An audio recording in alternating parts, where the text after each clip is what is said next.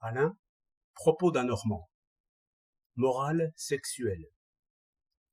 Quelqu'un dit: je soupçonne que la morale sexuelle ne soit qu'un système de conventions arbitraires, aussi contraires au bon sens et à la nature que la théologie catholique ou le fétichisme d'une tribu océanienne.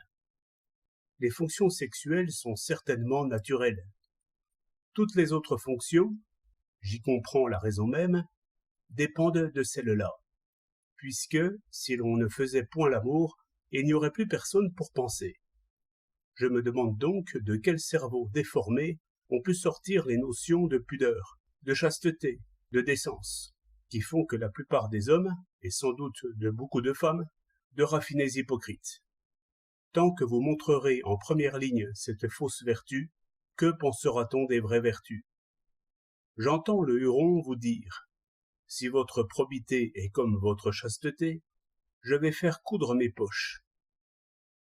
À quoi le sage répondit: j'accorde que la fonction sexuelle vient aussitôt après la nutrition, et qu'à elle deux elle porte tout le progrès humain, toutes les sciences, toute la pensée humaine.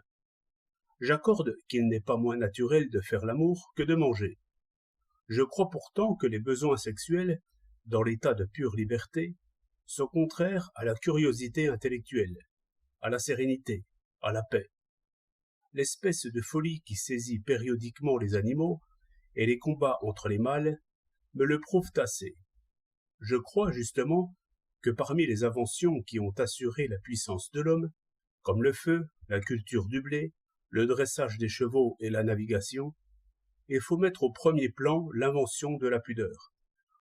Pour moi, l'abrutissement de la plupart des empereurs et des rois, j'y comprendrai un bon nombre de nos roitelets, s'explique assez parce qu'ils se trouvent, en fait, affranchis des règles de la décence, qui modèrent, chez la plupart des civilisés, la recherche des plaisirs de l'amour.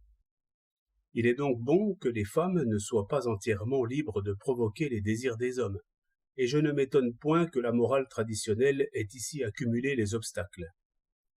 Il fallait sauver l'intelligence, et sans doute il viendra un âge pour chaque homme, et peut-être un temps pour la plupart, où l'intelligence, mieux nourrie et plus robuste, modérera d'elle-même l'effort des parties inférieures. Il n'en faudra pas moins penser à l'enfant et le mettre à l'abri des tentations. Nous n'y réussissons pas trop bien, et nous savons tous pourquoi les mieux doués sont trop souvent somnolents et distraits. Je ne crois pas que la liberté pure et simple vaudrait mieux.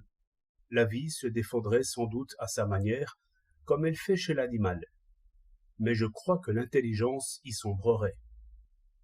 13 mars 1909.